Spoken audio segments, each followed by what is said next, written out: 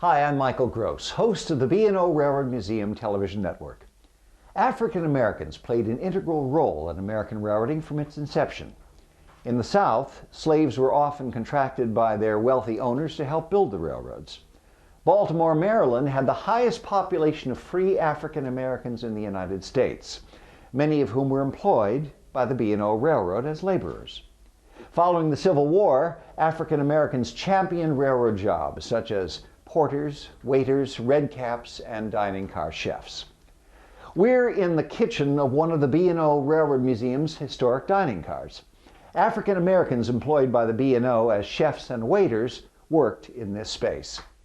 Typically, there would be around 6 men working in a kitchen this size as chefs, preparing huge 4-course dinners. Oh, and without air conditioning, of course. A typical dining car meal would consist of a main course, which might be crab cakes, pork chops Normandy, or Hungarian goulash, served with a side of cornbread pie, Maryland spoon bread, or baked string beans with mushrooms. It was said B&O passengers traveled past their stations to have a second helping of the cornbread pie. It was one of the most popular items with both men and women on the B&O. Preparation of these meals would take anywhere from 20 minutes to an hour. Dining car specialties included oysters and Chesapeake Bay fish served with cornmeal muffins. B&O President Daniel Willard personally sampled his dining car's cuisine while traveling about the line and recognized particularly pleasing meals with letters of appreciation and autographed pictures given to the dining car chefs. The B&O Railroad also offered banquets for breakfast, which would consist of wheat cakes, oatmeal, scrambled eggs, omelets, boiled eggs, and hogs, hips, and cackleberries, otherwise known as bacon, eggs, and sausage. Once prepared, these meals would be served on the B&O Railroad's dining car china. African Americans were traditionally hired for the most labor-intensive jobs, such as trackmen, brakemen, and firemen. Depending more on immigrant labor during the 19th century, Northern railroads did not hire many African Americans until World War I. In addition to Pullman porters, African Americans also worked as chefs and waiters aboard dining cars and redcaps at stations. African American women were frequently hired as female porters or porterettes and maids. Employing roughly 200 in 1926, the Pullman Company required their maids to meet certain physical guidelines. Most were between 20 to 39 years of age, had a petite frame, and wore little makeup.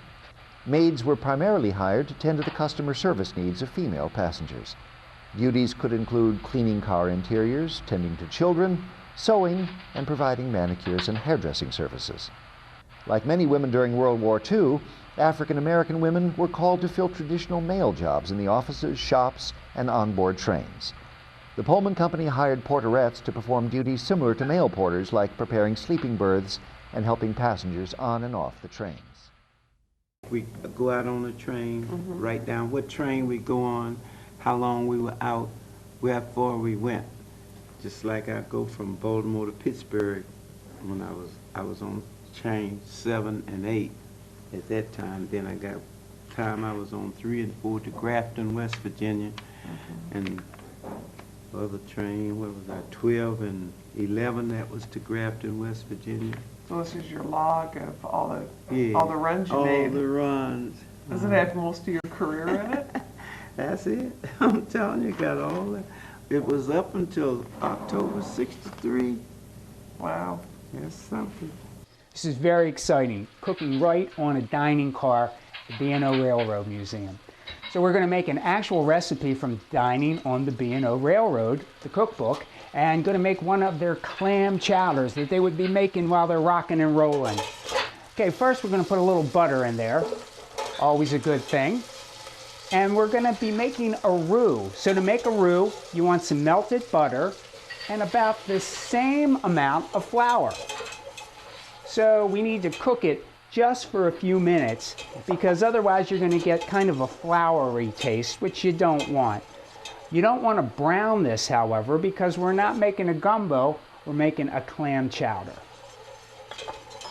Now we're cooking with gas, but normally on the dining car kitchen they would be cooking with coal. Okay, I think we're good there. Now we have just chopping up some onions. And it can be a coarse chop. It really doesn't need to be fine because this is a more hearty kind of chowder. So we'll put that in. Then have some potatoes. And as you can see, kind of coarse again. Big chop on those. Put the potatoes in. Now this also helps to thicken the chowder as well. You get some thickening from the roux, and the rest we're going to get from the potatoes. All right, a little bit of color here. So we're going to have a little green, and just chop up a small amount of celery. Throw the celery right in. And I'll just stir all of that together. Next, you're going to make clam chowder, you're going to need some clam juice. Luckily for us, we can buy this these days. We don't actually have to shuck all the clams to do this. Now, this is going to give it a beautiful flavor. Beautiful flavor. This is where you're going to get all the taste and the goodness and the feeling of the sea. Okay, stir that right around. Now, this is interesting. They use, when they did this on the dining car, they used some chopped tomato, which will give it even more color and pretty good taste. Now, using a little bit of bay leaf, and they would use some whole cloves. So I tied it up in a little cheesecloth, so that way, when you're finished, you don't have to pick it out. It'll be right there. Okay, so we're going to let that go for a second. When it comes to a boil, then we can finish it off.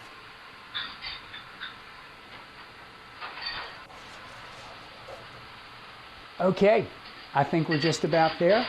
So, the piece de resistance, the clams. Now these clams are already chopped.